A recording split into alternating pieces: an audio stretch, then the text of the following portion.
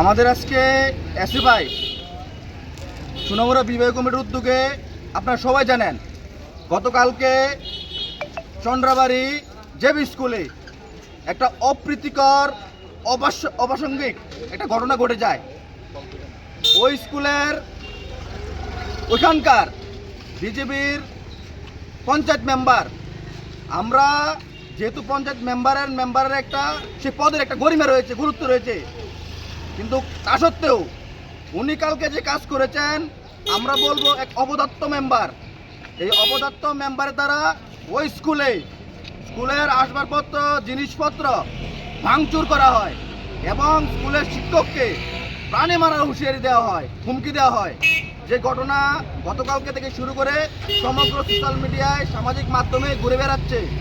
আমরা সেই ঘটনা দেখার পরেই আমরা তড়িঘড়ি আজকে আমাদের বিভাগীয় কমিটির উদ্যোগে আমরা এক প্রতিবাদী বিক্ষোভ মিছিল আমরা সংগঠিত করি। আমরা বলতে চাই, রাজ্যের যে স্কুলগুলি রয়েছে সেই স্কুলগুলির মধ্যে 18 সালের পর থেকে প্রতিনিয়ত ছাত্রছাত্রীরা নিরাপত্তা সংকটে ভুগছে। প্রতিনিয়ত বিজেপির গুন্ডারা, নাম করা চুনুপুটি নেতারা, মেম্বার, বিভিন্ন বুথ প্রেসিডেন্ট থেকে শুরু করে প্রধান, তারা সেই স্কুলের মধ্যে হিংসাত্মক ঘটনা ঘটিয়ে যাচ্ছে। তারা চুনুপুটি নেতা, তারা গিয়ে স্কুলের সম্পত্তিকে নিজের পৈতৃক সম্পত্তি হিসেবে মনে করে কন্টিনিউ ভাঙচুর, লুটপাট সে ঘটনা তারা করে যাচ্ছে। এই ঘটনারই প্রতিবাদ জানিয়ে আজকে আমাদের এই প্রতিবাদী মিছিল। শিক্ষকের সাথে আপনাদের কোনো যোগাযোগ হয়েছে না? কি অবস্থা, উনি মামলা করেছেন কিনা? এখন যেটা মামলা, আমরা সবাই জানি যে বর্তমানে এই রাজ্যের মধ্যে প্রশাসনিক ব্যবস্থা নাই বললেই চলে। থানার বড়বাবুরা বিজেপির চুন্নপুরের নেতাদের ইশারায় উঠা বসা করেন, চলাফেরা করেন। কারণ যেখানে কোনো আক্রমণ, সন্ত্রাস সংগঠিত হয় সেখানে কিন্তু পুলিশ পৌঁছে যায় নিরাপত্তা দেওয়ার জন্য, সেই জিনিসটাকে আইনের আওতায় এনে বিচারের মাধ্যমে সেই জিনিসটাকে সমাধান করার জন্য। কিন্তু গতকালকে এই ঘটনা ঘটার পরে সামাজিক মাধ্যমে সেটা জিনিসটা ভাইরাল, কিন্তু পুলিশ কোনো কাউকে এখনো পর্যন্ত গ্রেপ্তার করেনি।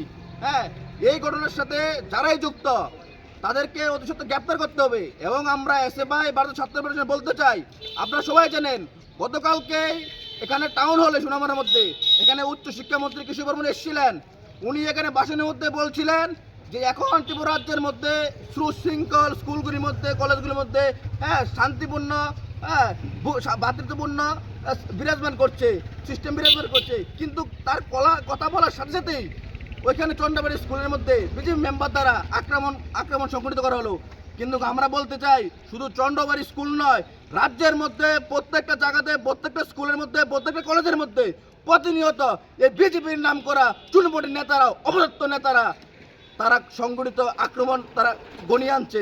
তারা প্রতিনিয়ত ছাত্রছাত্রীদেরকে আক্রমণ করছে। তাদের যে পড়ার যে সিস্টেম, তার পড়ার যে পরিবেশ, সেটাকে তারা বিনষ্ট করার চেষ্টা করছে। এখন আমাদের সোনামুড়া থানার যে পুলিশ রয়েছেন, ওনারা এই বিষয়ে কোনো প্রতিক্রিয়া দেখাননি।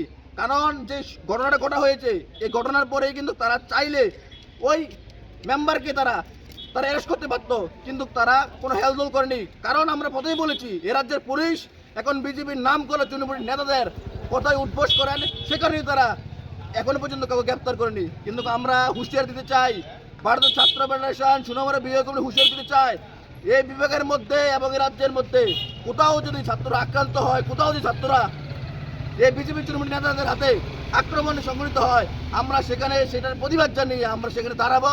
আমরা এটার প্রতিবাদ জানিয়ে থানা থেকে শুরু করে আমরা প্রশাসনিক লেভেল পর্যন্ত আমরা সবাইকে আহ্বান জানাবো যে আপনারা অতি সত্বর এই অপদত্ত মেম্বারকে গ্রেপ্তার করুন, তাকে আইনের আওতায় নিয়ে আসুন। হয়তোবা আগামী দিনে এমন ঘটনা এই রাজ্যের মধ্যে আরো হবে। কোনো কথা হয়েছে কিনা, উনি নিরাপদ বোধ করছেন কিনা? উনি নিরাপদ বোধ করছেন না। আমরা কথা বলার চেষ্টা করছি, উনিও বর্তমান যেই প্রশাসন রয়েছে, যে সরকার রয়েছে, ওনাদের চাপে পড়ে উনি সংকটে ভুগছেন, নিরাপত্তা সংকটে ভুগছেন। আমরা কথা বলার বারবার চেষ্টা করেছি, কিন্তু আমরা এখন পর্যন্ত কথা বলতে পারছি না ওনার সাথে। উনি এখন সংকটে ভুগছেন, সেই কারণে উনি কারোর সাথে এখন কথা বলার জন্য কোনো উনি খুঁজে পাচ্ছেন না। যেটা আমরা সবাই দেখেছি যে ভিডিওর মধ্যে, যে কীভাবে প্রাণে মারার হুঁশিয়ারি দিচ্ছেন ওই মেম্বার এই শিক্ষকদেরকে।